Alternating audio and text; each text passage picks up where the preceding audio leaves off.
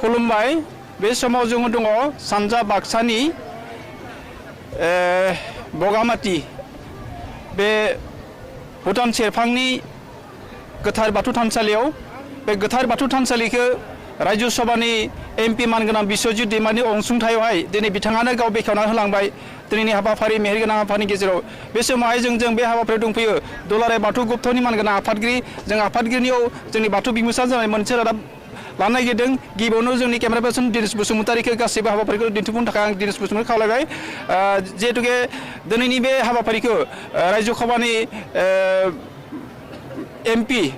बिश्वजित दैमारी सारा गावनि अनसुंथाइनिफ्राय बेबायदि मोनसे मेहेरगोनां बगापानियावहाय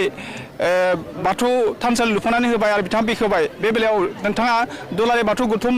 आफादनि आफादगिरि जानानै माबायदि रायजो राजानिसिम खौरां हरनो नागिरदों गिबि आंनि खुलुमनाय सिबिनायखौ जासिग्रोबाय मिडिया पार्सन्स नोंथांमोननिसिम दिनैहाय बे सानजा बाक्सा जिल्लानि जा बगामाटी नैबे मोनसे पिकनिक स्पट दा बेवहाय बिथाङा आंखौबो खावलायहरदों जे आफादगिरि हिसाबै नोंथाङा एसेब्लाबो नैबे आंनि जा निजा बबियाखै एसे खालामनाय एसे रांखावरि गारनानै बाथौनि थानसालि आरो बेयाव मोनसे जोंहा मोनसिं बोराइनि मुसुखा बेखेवनो जागोन बेयाव एसे नुजाफैनो हायोब्ला मोजां दा बेबायदिनो आङो दिनै नुजाफैदों आं नुजानानै जा बेयावहाय नुबाय मोनसे खोब मेहेरगोनां मोनसे समायना बेखेवनाय हाबाफारिजों लोगोसे गेवलां मेलबो लादों जोंनि दुलाराय बाथौ गौथुमनि दैदेनगिरि बिबानगिरिफोरखौबो लेंहरनायजों लोगोसे गुबुन गुबुन आसाम सरकारनि अफिसियेल्स डिसि एसपि आरो जा बिटिसिनि माखासे सरकारनि जा एमएलए बिथांमोनजों लोगोसे एमसिएलए बिथांमोनहाबो नुजाफैदों बेयाव बिराद लैहोर लैहोर खोब मोजां जादों दा बेयाव आं फैनानै नुबाय मा जाहा बेयाव जोंनिनो बाथौनिनो मोनसे गिबि नेरसोन जितु सिबिनाय थावनि थानसालि बेखौ बिथाङा बेयाव एकदम माने निगाजिखै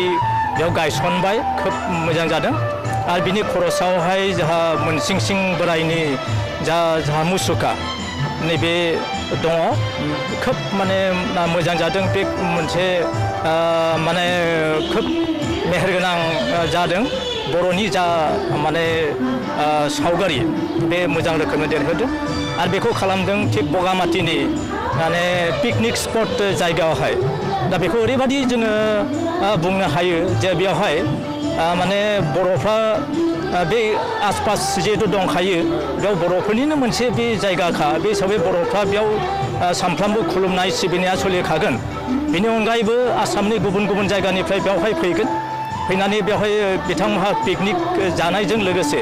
जेब्लानो बे जायगाखौ बिथांमोनहा गिदिंगोन सोरगिदिं अब्ला नुगोन जे बियो मा जायगा बे मा बुस्थु मा बेसाद बेखौ नुयोब्ला बिथांमोनहा हाबनानै नायोब्ला नुगोन जे बेथ' माथो बर'नि मोनसे सिबिजाथाव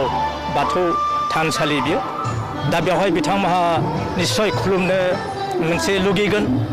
आरो बेवहाय खाथियाव दै दं गावसोरखौ जाला लोंला खालामब्लाबो बेयाव गोथार खालामनो थाखाय आथिं आखाइ सुनानै बिथांमोनहा बेयाव हाबनानै सिबिगोन खुलुमगोन आरो बेयाव गोजौआव नुगोन जे मोनसे मा होनो जोंहा मोनसिं बोराइनि जोंहा सावगारि दं दा बेखौबो बिथांमोनहा मिथिनो लुगैगोन जे मोनसिं बोराइ दा सोंगोन बिथांमोनहा जे मोनसिं बोराइया सोर मा अब्ला जोंनि सिबियारिफ्रा खमसे खम बे बाथ्राखौ बुंनो हागोन जे बियो बर'नि गिबि धोरोमनि सान्थौ थाथौनि गिबि मिथिग्रा माने बर'नि आसार खान्थि नेमखान्थिखौ फोरोंग्रा मोनसिं बोराइ बिनि गेजेरजोंनो माने बाथौआ दा बर'नि गेजेराव परम्परा सोलिबोनायजों लोगोसे गुवारनिफ्राय गुवार जालांदों नैबेखौ जोङो माने जोबोद गोजोननाय मोनदों दि बेयाव फैनाय बर'नि अनगायैबो बायदिसिना रोखोमनि धोरोमारिफ्रा खमसे खम फैनानै बर'नि मोनसे धोरोम आंगो धोरोम माबादि सिबियो माबादि खालामो खुलुमनाय नेम आसार खान्थिखौ मिथिनायजों लोगोसे एसेबाबो मिथिनो मोनगोन जे बाथौ थानसालि बे सोदोबखौ बिथांमोनहा मिथिगोन बाथौ थानसालि आरो बिनि गेजेरजों बर'फ्रा खुलुमो गाव गावनि धोरोम आसार खान्थिखौ बिनि गेजेरजोंनो बिथांमोनहा माने गोदोनिफ्राय परम्परा लाबोबाय थादों आनिफ्राय खमसे खम बर'जों लोगोसे गुबुन जाति धर्म बर्णनि बेखे बेयाव जेसेबां मानसि फैदों बियो एसेबाबो बेयाव खुलुमनाय राहाखौ बेयाव मोनगोन आरो बिनि गेजेरजों जेरावबो गोसारगोन जे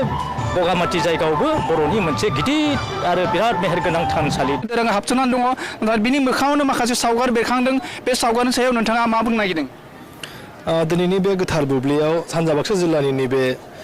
गुफुर हा होनना बुङो जायखौ बुङो बगामाथि होननानै मिथियो। बेयो जाहैबाय जायगाया पिकनिक स्पट। दिनैनि बे गोथार बुब्लियाव रायजो सभानि एमपि माना गेदेर बिस्वजित दैमारि सारनि जे नाजानायाव बिथांनि न'खरनि गासै